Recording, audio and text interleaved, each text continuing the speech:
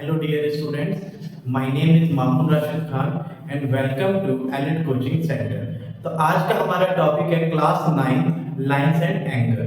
तो इस चैप्टर में हम पढ़ने जाएंगे कि लाइन के क्या होता है, एंगल्स क्या होता है। ऑलरेडी हम छोटे क्लासेस में पढ़ चुके हो लाइन के बारे में, लेकिन फिर भी एक बार हम ये बेसिक टर्म्स को रिकॉल करेंगे।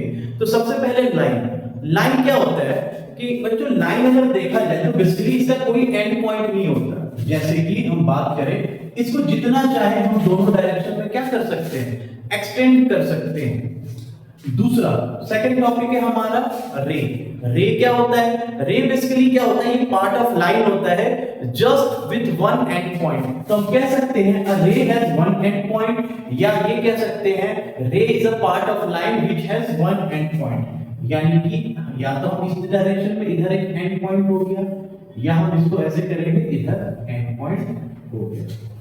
तीसरा हमारा टॉपिक है लाइन सेगमेंट। लाइन सेगमेंट क्या होता है, ये बेसिकली लाइन का पार्ट होता है। कोई भी लाइन का एक छोटा पार्ट आप ले लीजिए, उसको हम क्या कहेंगे, लाइन सेगमेंट। या हम ये कह सकते हैं a line segment has to and point. यानी कि इस तरह से आपका लाइन सेगमेंट हो गया एबी। तो ये क्या होता है, ये पार्ट ऑफ लाइन होता है, it has to and point. अगला हमारा टॉपिक है कॉलिनियर पॉइंट। कॉलिनियर पॉइंट क्या होता है, वो पॉइंट जो एक सिंगल लाइन पे लाई करे, तीन या तीन से ज्यादा पॉइंट। जैसे कि अगर हम बात करें, जैसे कोई लाइन है आपका, इस पे पॉइंट ए हो गया, पॉइंट बी हो गया, पॉइंट सी हो गया, पॉइंट डी हो गया।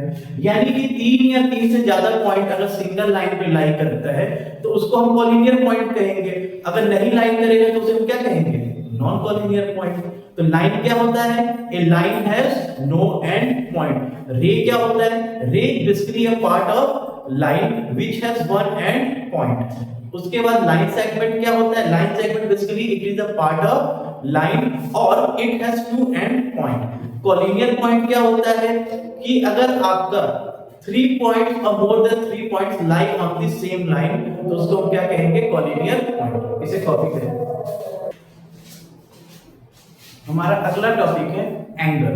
एंगल क्या होता है बच्चों, अगर हम बात करें किसी कॉमन पॉइंट, यानी कि इस कॉमन पॉइंट को हम बोलेंगे वर्टेक्स। वहां पे जब दो रेज आपस में मिलते हैं तो यहां पे क्या बनता है, एंगल्स। और जहां पे रे मिलता है इसको हम बोलते हैं वर्टेक्स, और इसको हम कहते हैं आर्म। तो आप कह सकते हो कि when two rays originate from the same point then angle is formed। अब एंगल की अगर हम बात करें, सबसे पहले टाइप्स में आपका एक्यूट एंगल होता है। एक्यूट एंगल क्या होता है, वो एंगल जो आपका 0 डिग्री से बड़ा होगा और 90 से छोटा होगा। यानी कि x आपका 0 से बड़ा 90 से छोटा, यानी कि 1 से लेके 89 तक सारे आपके क्या होंगे, एक्यूट एंगल। जैसे कि 75 डिग्री आपका क्या हो गया, एक्यूट एंगल। दूसरा राइट एंगल। राइट एंगल क्या होता है, जिसमें एंगल की वैल्यू कितनी हो, 90 डिग्री, उसको हम बोलते हैं राइट एंगल। एक्यूट जिसमें 0 से क्या हो, 90 के बीच में राइट एंगल आपका 90 होता है। उसके बाद हम बात करें तीसरा, तो आपका होता है ऑब्ट्यूज एंगल। ऑब्ट्यूज एंगल क्या होता है, वो एंगल जो आपका 90 से बड़ा होगा और 180 से छोटा होगा, उसको हम बोलेंगे ऑब्ट्यूज एंगल। जैसे कि ये सपोज करिए 120, यानी कि 91 से लेके आपका 179 तक जो भी एंगल होगा वो क्या होगा, ऑब्ट्यूज एंगल। ऑब्ट्यूज की हम बात करें तो स्ट्रेट एंगल, नाम से ही आपको लग रहा होगा कुछ सीधा सा होगा, यानी कि स्ट्रेट लाइन। जैसे कि ये आपका हो गया, ये कितना होगा, 180 डिग्री, इसको हम क्या बोलेंगे, स्ट्रेट एंगल। उसके बाद हम बात करें तो रिफ्लेक्स एंगल। क्या होता है रिफ्लेक्स एंगल, वो एंगल जो आपका 360 से छोटा हो और 180 से बड़ा हो उसको हम बोलते हैं रिफ्लेक्स एंगल। जैसे कि 270 एग्जांपल के तौर पे। तो एक्यूट एंगल क्या होता है? वो एंगल आपका जो 0 से बड़ा होगा और 90 से छोटा होगा। राइट एंगल क्या होता है? वो एंगल जो आपका एग्जैक्ट 90 डिग्री होगा। उसके बाद हमने क्या पढ़ा? Obtuse angle. ऑब्ट्यूज एंगल क्या होता है? वो जो 90 से बड़ा हो और 180 से छोटा हो। उसके बाद हमने क्या पढ़ा? Straight angle. स्ट्रेट एंगल क्या होता है? जिसकी वैल्यू एग्जैक्ट 180 डिग्री हो। उसके बाद हमने क्या पढ़ा? स्ट्रेट के बाद रिफ्लेक्स एंगल, जिसकी वैल्यू 180 से बड़ा हो और 360 से छोटा हो, उसको हम क्या बोलते हैं? Reflex angle. इसे कॉपी करिए, फिर आगे करते हैं। हमारा अगला टॉपिक है कॉम्प्लीमेंट्री एंगल्स। तो कॉम्प्लीमेंट्री एंगल्स क्या होता है बच्चों? वो एंगल्स जिसमें दो एंगल का सम क्या हो? 180 डिग्री नहीं, वो सप्लीमेंट्री होता है। कॉम्प्लीमेंट्री क्या होता है? जिसमें दो एंगल का सम कितना हो? 90 डिग्री। तो अगर हम बात करें, हमें आपसे क्वेश्चन पूछ दे कि find the complement of 50 degree, तो अभी मैंने बताया कॉम्प्लीमेंट्री में क्या होता है? दो एंगल का सम कितना होता है? 90 डिग्री। तो आप क्या करोगे? 90 माइनस 50 यानी कि 40 डिग्री इसका आंसर हो जाएगा। दूसरा है सप्लीमेंट्री एंगल्स। सप्लीमेंट्री एंगल्स क्या होता है? वो एंगल जिसमें दो एंगल का सम कितना हो? 180 डिग्री। अगर हम बात करें two angles whose sum is 180 degree, अगर आपसे पूछे कि find the supplement of 100 degree, तो आपको पता है दो एंगल का सम कितना होना चाहिए? 180। तो आप क्या करोगे? 180 माइनस 100 कितना हो जाएगा? 80 डिग्री। तो 80 इज द सप्लीमेंट ऑफ 100। तीसरा है एडजेसेंट एंगल। एडजेसेंट एंगल क्या होता है बच्चों? कि कभी भी आपके पास दो एंगल हो, उसके बीच में एक कॉमन आर्म होना चाहिए और दो non common arm plus common vertex.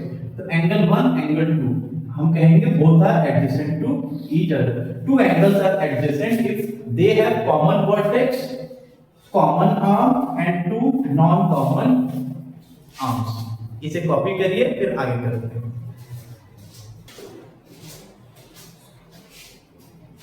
हमारा अगला टॉपिक है इंटरसेक्टिंग लाइन।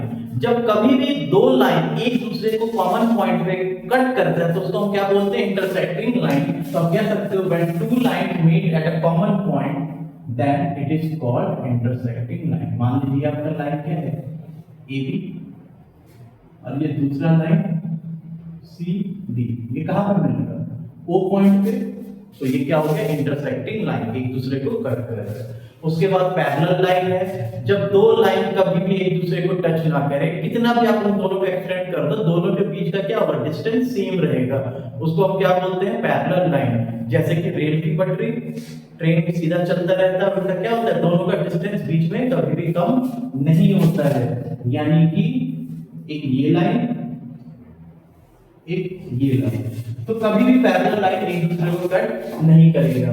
एक आपका होता है वर्टिकली अपोजिट एंगल। क्या होता है? Vertically opposite angle. अब वर्टिकली अपोजिट एंगल होता क्या है? मान लीजिए एक लाइन ये है, एक लाइन ये है, तो इसके बीच में एंगल बनेगा, इसके बीच में एंगल बनेगा, यहां बनेगा, यहां बनेगा। एंगल 1 2 3 4।